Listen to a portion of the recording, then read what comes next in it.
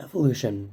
For the American battleships, it went from pre-dreadnoughts to dreadnoughts to the super dreadnoughts, and finally, the fast battleships. So, today, in the fourth episode of Fate of, we will look at the fates of the first two American super battleships. However, they were not the first in the world. The British beat them to it. The two sisters of the New York class super dreadnought fast battleships. They are the first 14-inch gunships in the American Navy. Now please note, the Fate of series are not history videos. While some is of course included, not a lot is, since this again is not a history series. That is for a completely different time. So, without further ado, let's get into the lead ship of the class. The younger member of the class, yet she's the lead ship and has the lower hull number, USS New York BB-34. She was ordered on May 1st, 1911, and built by the Brooklyn Navy Yard.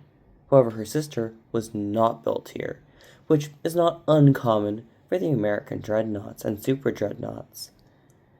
She was laid down on September 11th, 1911, launched on October 30th, 1912, and commissioned on May 15th, 1914.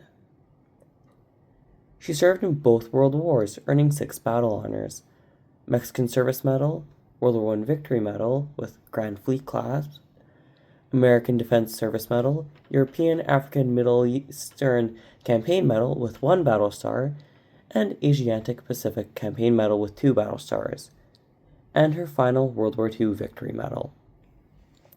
However, unlike her sister, she did not fight during D-Day. After just over 32 years since her commissioning, the New York was decommissioned on August 29, 1946.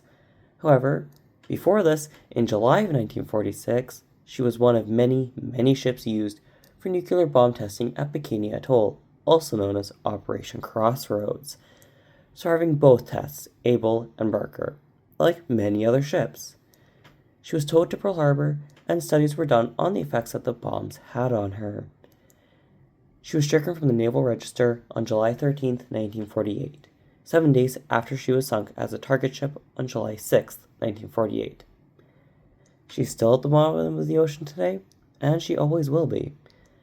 I couldn't find if any parts of her were preserved, for example, a bell, an anchor, nameplates, things like that.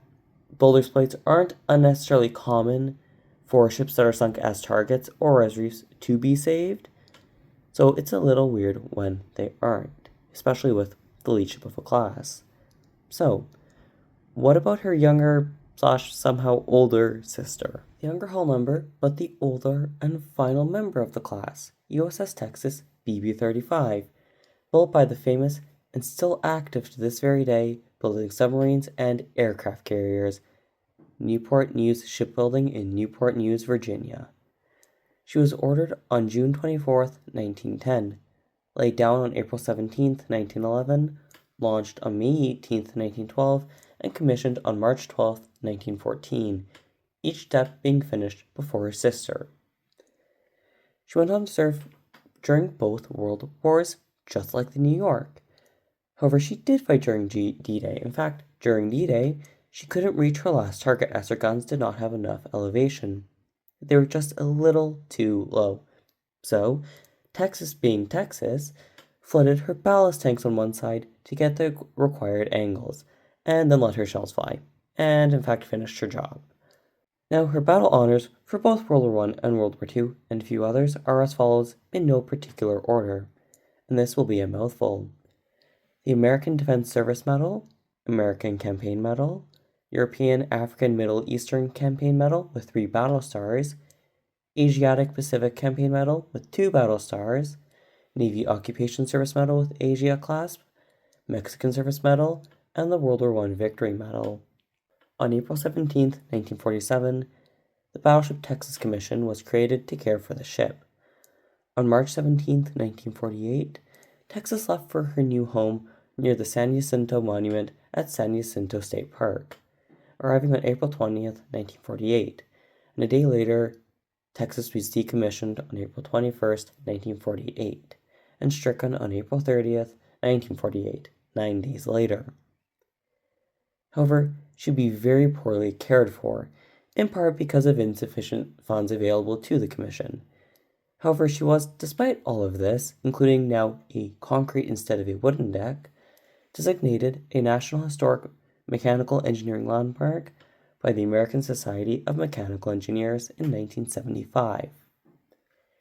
In 1976, she was designated a National Historic Landmark by the National Park Service. Texas was turned over to the Texas Parks and Wildlife Department on August 31st, 1983.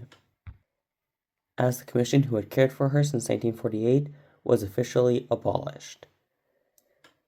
Texas underwent dry docking from 1988 to 1990, the first time since World War II, and just before coming to San Jacinto.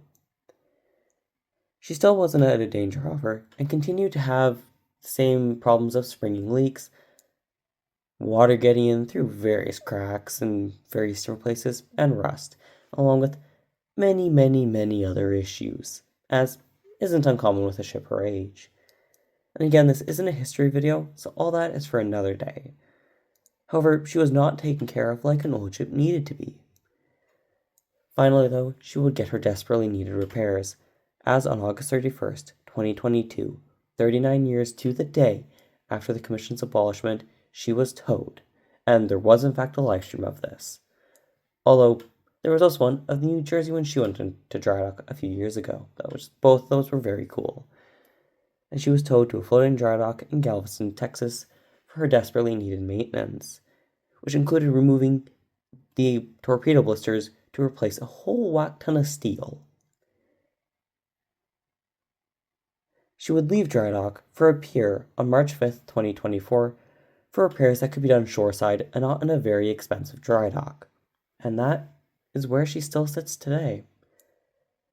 The Battleship Texas Foundation, her current caretakers, hope for a grand reopening sometime this year in 2026. But of course, who knows for sure. However, she will not be returning to her berth in San Jacinto. Instead, she'll be at Pier 15 in Galveston, Texas, right in the same area she is now, although different pier. Or hopefully she'll get more visitors and in turn hopefully generate more money for her expensive upkeep, but really, only time will tell. She's the only surviving dreadnought of any kind afloat. Pre-dreadnought, normal dreadnought, and super dreadnought. And she's the lone survivor of the dreadnought and super dreadnoughts. However, one pre-dreadnought does survive, the British-built Japanese IJN Mikasa, commissioned in 1902, but has been encased in concrete since the 1920s. Texas turns 112 in a few weeks, and yet she's still around today, unlike so many before and after her. She may be seen by some as an expensive showboat, but to most, she's an irreplaceable part of history. So, in a recap, the lower hull number, yet younger New York, has long since been sunk, with nothing really to remember her by, except her sister, the USS Texas, the last remaining dreadnought/super dreadnought battleship preserved. There's one pre-dreadnought, the British-built Japanese IJN Mikasa, and 7 fast battleships, all American. 8 American battleships left, 1 British-built Japanese battleship left, for a grand total of only 9. 9 is a far cry from the once mighty worldwide fleet of battleships, but I'm sure we can all agree that 9 are much better than none.